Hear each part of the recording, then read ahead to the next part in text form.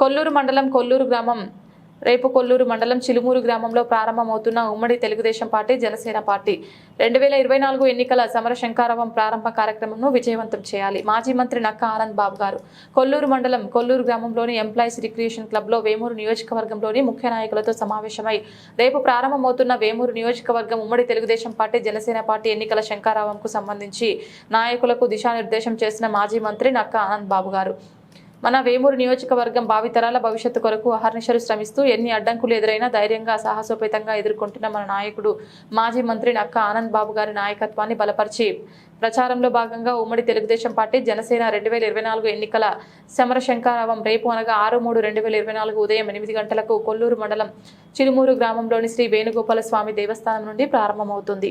ఈ ప్రారంభ కార్యక్రమంలో మాజీ మంత్రి నక్కా ఆనంద్ బాబు గారు పాల్గొంటారు.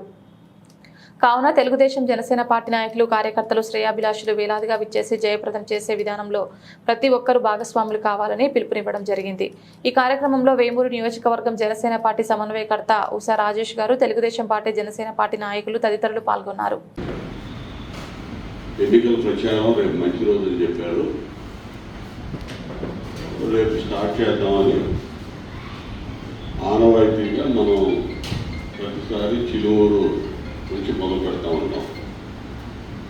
చిలుమూరు టెంపుల్లో రేపు ఉదయం పూజలు చేయించి చిలుమూరు గ్రామం వరకు ప్రచారం నిర్వహించి అక్కడి నుంచి రొటీన్గా మనం వెళ్తా ఉన్నాం. కానీ ప్రచారంగా కాకుండా మామూలుగా ఊళ్ళో అమ్ముకుని వస్తూ ఉన్నాం. ఏ ఊరు ఆ ఊరు షెడ్యూల్ అనౌన్స్ చేసుకుని వాళ్ళు ఆయా గ్రామాల్లో పెడుతున్న కార్యక్రమాలు కూడా ప్రచారంలో పనిచేసుకొని ఇక కొంచెం స్పీడ్గా ముందుకెళ్ళిపోదాం అనేది ఆలోచన. మనం రేపే చెట్టుకి ఎందుకు వచ్చిందంటే రేపు తప్పిస్తే మళ్ళీ 7-8 తారీఖు శివరాత్రి ఉంది, 9వ తారీఖు ఏదో అమావాస్య అన్నారు. అది కానీ 11-12 తారీఖుకి వెళ్ళిపోతాము.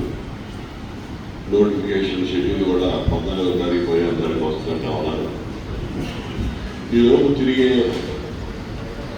మన ప్రచారం అనేది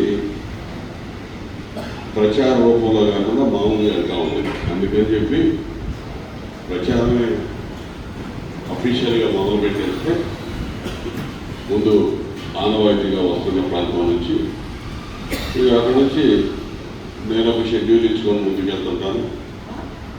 మండల స్థాయిలో కూడా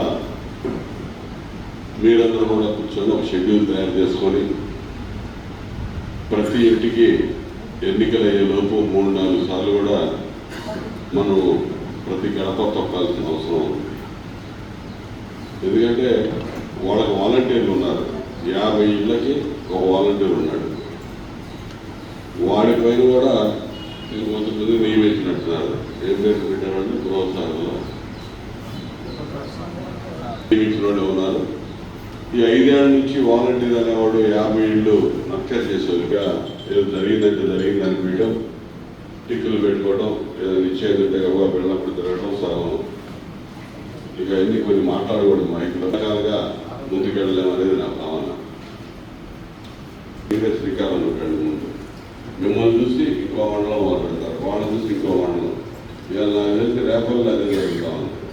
రేపల్లో సత్యప్రసాద్ ప్రచారంలో కొద్దిగా పాల్గొంటుంది.